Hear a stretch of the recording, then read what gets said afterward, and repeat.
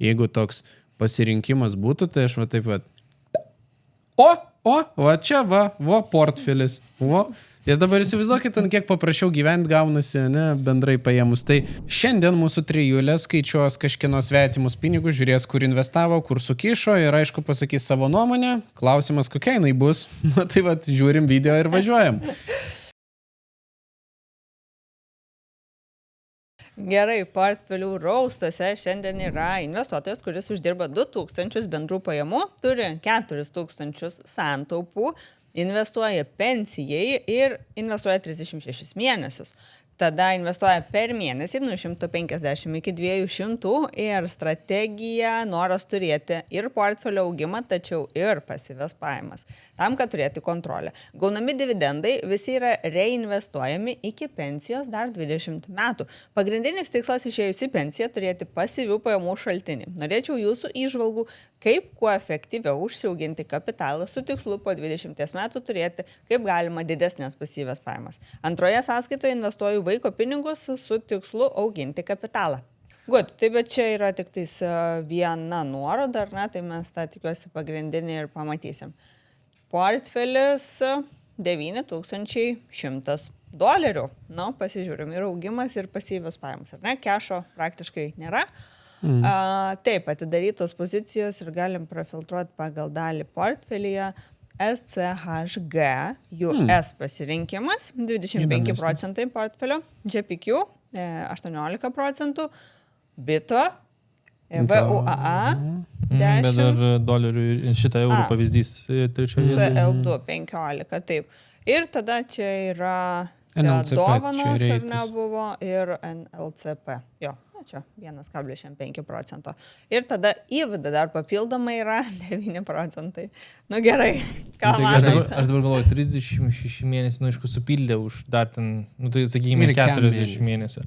Kartu būtų 8000. Tai 9,6, tai kaip ir man atrodo labai logiškas pasirinkimas, turint minti, kad bendrai portfelis tai sėdi pliuse pagal 600, tai man atrodo, sugeba investuoti truputį daugiau, tai man iš karto atidaro tą tokį, iš tiesų galėtume investuoti daugiau ir netgi investavai daugiau, tai galbūt būtų galima padidinti tą pusę, nes įtaka vis tiek milžiniška iš pinigų įnešimo, ypač kai laikotarpis dar vis ilgas, bet jau nebegalima tiek daug žaisti. Žinai, 20 mečių, kur turi ten 30-40 metų, mes galim padaryti klaidų pirmą dešimtmetį, nes skaudės tiek daug. Dabar jeigu žmogui liko lygiai 20 metų, čia jau reikėtų aiški strategija, susidėliojame.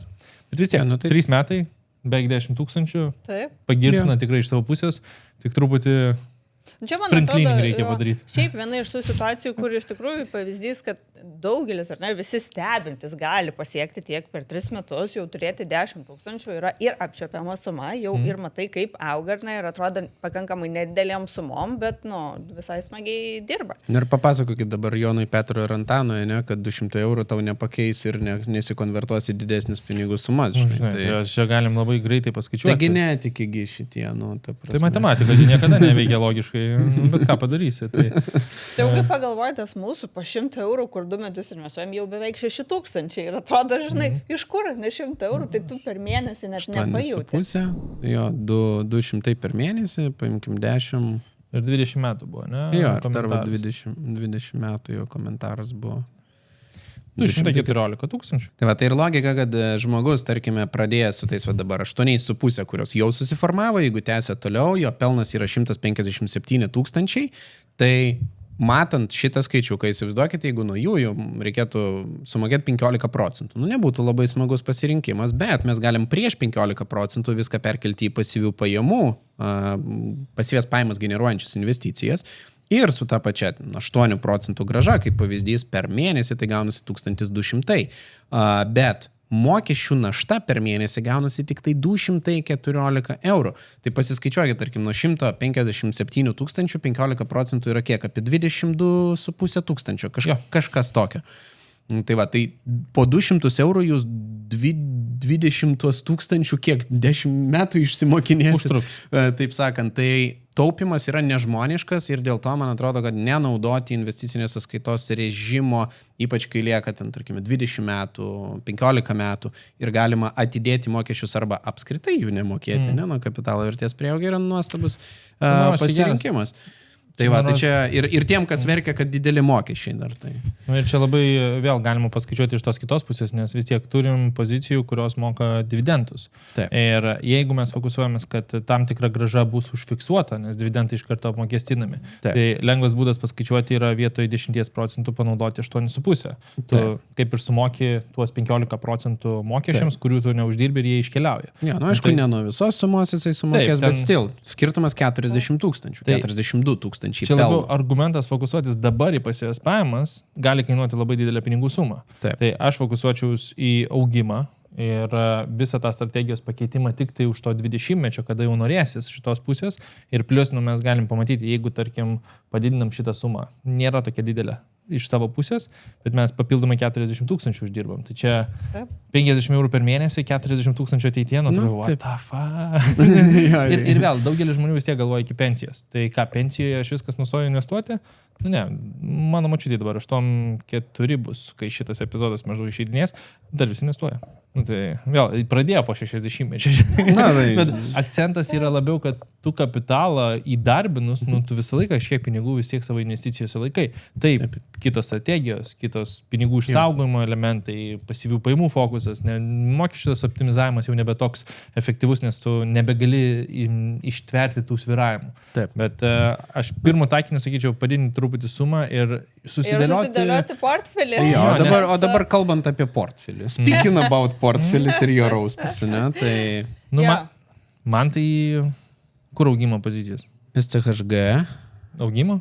Augimo. SCHG yra growth, jisai pure growth. SCHD yra dividendinė. Čia dividendų tas pasiėmė. Okay. SCHG yra tas pats, kas... Painiui su to 100 dividendinių Amerikos kompanijų. Jo, tai SCHD. Tai jisai bet čia va tada ir VUAA yra, ir IVDA yra, ir CL2 yra. Tai kaip ir augimo pasirinkimų yra, bet to pačiu ir pasyvių pajamų pasirinkimų pakankamai daug, nes yra ir BIT, ir GPQ. Ir šiaip, faina dovana gavo visą. Bet galiu paklausti, kokiu būdu jūs nusipirkot IVDA, kad jinai pas jūs visas pasaulis priaugęs 67%, taip sakant, pokytis yra. Tai kada jūs pirkot šitą daiktą? Jūs tikrai prieš 3 metus pradėjot investuoti, nes tokių skaičių aš per 3 metus kažkaip IVDOje nelabai esu matęs, nes jau įsigijimo kaina šiam 9 eurai. Taip sakant, šiam 7% pasaulis per 5 metus pavažiavo, man atrodo. Jeigu žiūrėt, bet ne per 3. Jo, sakau, kad apie... Nu ne, nei per tarifus, nei per 2/4, nu gal, taip sakant, 23 metų ten užtaikė, bet taip sakant, man atrodo, kad čia yra 5 metų rezultatas. Gal transferinta pozicija, bet dažniausiai tas cost basis sudėtas ir tokios mažos nepervedinėtum. Tai man atrodo, kad tas 3 metai, ar tikrai 3 metai? Žinai, čia... Taip greitai laikas praėjo, kad atrodo kaip 3 metai. Bet tada per mažai investuoja. Tada padalinus į didesnį laiką. Tada per mažai investuoja, nes aš tai, žinai, taip užciokinu šitas dalykas. Ką iš šitų pozicijų tada... Ką paliktum kai tokį pagrindą...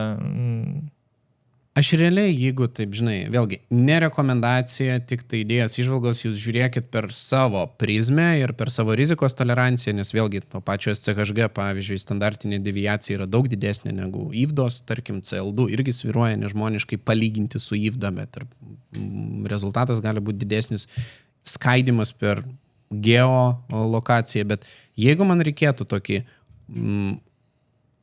go-to 20 metų, iš principo set and forget, tai reiškia, sudėjau, pamiršau ir varau pagal tą pačią strategiją, mano pasirinkimas tikėtina būtų IVDA ir viskas. Ir ant viršaus, jeigu ten jau labai norėtųsi kažkiek tai tų pipirų ir papildomos alfos galbūt iš augimo pagauti, na tai tada CL2 galėčiau pridėti. Iš principo, vat, jeigu toks pasirinkimas būtų, tai aš va taip pat va čia portfelis.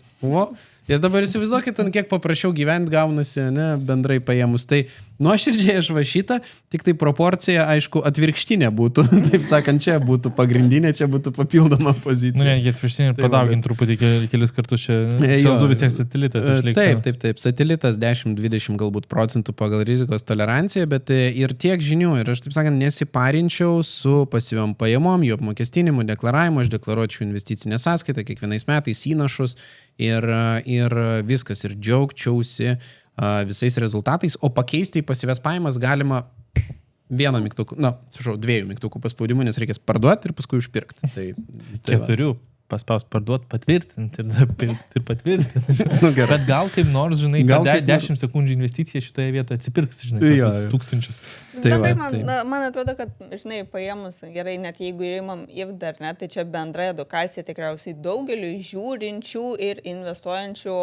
Ir esu tikra, kad komentaruose tai pilna žmonių dabar atsiras, kurie jau sakys, dubliuojasi, mes kaip ir dar nepaminėjom. Tai štai vietai labai yra svarbu tai, kad yra realiai daugelį pozicijų tos pačios kompanijos. Tai perkat kaip skitulsų pakelį ir dar papildomai kitus skitulsus, tik raudonas, kitus tik žalius, kitus tik mėlynas ir įsivaizduojam, kad bus labai daug įvairiausių skonių.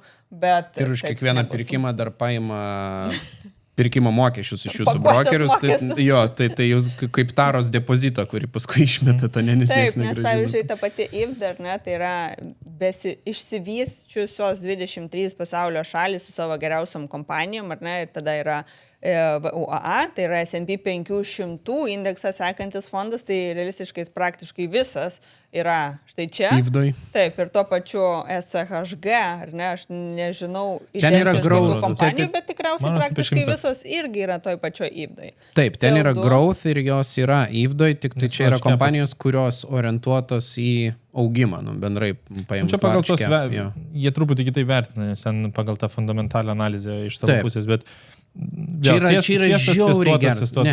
SCHG yra žiauriai nuostabus fondas. Absoliučiai minimalus turto valdymo mokesčiai, bet jo pagrindinė koncentracija į Ameriką. Tai dabar pridėkim, kad SCHG Amerika, GPQ 100% Amerika ir darant top 50% technologijos, VUA 100% Amerika, CL2 100% Amerika ir IFDA yra 67 ir 70% Amerika. Tai tada gaunasi, kad 1, 2, 3, 4, 5 pozicijos. Portfelis priklauso nuo oranžinio žmogaus. Jo, tai bet kokiu atveju jūs galvojat, kad diversifikuojat, ta prasme, tikiu, kad galvojat, kad diversifikuojat, nors iš tikrųjų tai ne. Taip sakant, jūs tiesiog sumokat daugiau. Vienas tweetas ir visas portfelis į apačią. Dabar pridėkim su tuo koreliaciją su Bitcoinu. Hoodas, tai yra Robin Hoodas, jisai praktiškai 1:1 koreliuoja su Bitcoino judėjimu. Sakant, jeigu jūs uždėsit paskutinį grafiką 0,9 kablelis kažkiek koreliacija, tai beveik 1:1.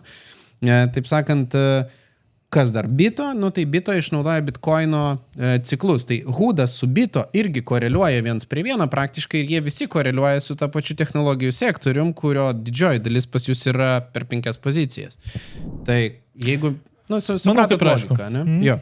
Vėl, gal jeigu yra dar žmonių, kurie nežino, kaip dėliotis, neaišku ir taip toliau, tai nepamirškit, kad išsprendėm šitą problemą ir yra pasiekiamas kursas, kurį sukūrėme 3, būtent jums per 5 valandas susidėlioti visą šitą informaciją, nuorodos ir jie prašymą, užsukit, pasižvalgykit, bet aš irgi nenoriu užbaigti su tokia bloga kartelė, kad 3 metus, ir jau įvardinčiau 3 metus, o ne 36 mėnesius, čia kažkaip keistas skaičiavimas, bet 3 metus jau investuojate ir pasiekit beveik 100 000 portfelį. Jums tiesiog reikėtų truputį tą pavasarinį išvalymą padaryti ir būsų labai stiprioj pozicijai ir vis dėlto išbandėt nemažai įrankių ir didžioji dalis įrankių iš tiesų dar nemažam pliuse. Tai smagu matyti ir tą pusę. Dabar vienintelis dalykas, reikia tą šiaurinę žvaigždę atrasti vieną ir spausti gazą. Tai šiaip smagi situacija, labai fainas žmogus šitoje vietoje taip gerai pasidaręs. Šiaip žiūrint, tai klaidų kaip ir nepadaryta. Gal jau parduotas. Gali būti, bet optimizuoti visada galima ir ta optimizacija gali būti labai efektyvi. Tai tiek šiam kartui. Nepamirškit paspausti like, subscribe, pakomentuokit, ar patiko ar nepatiko, ką pridirbo žmogus, galbūt ko nepastebėjom, arba ką galbūt gerai daro, gal kažkurių pozicijų reikėtų kaip tik palikti kitą fokusą šitoje vietoje kaip pagrindinį. Gal turit kitą nuomonę. O su visais kitais sutiksim sekančiame epizode. Iki.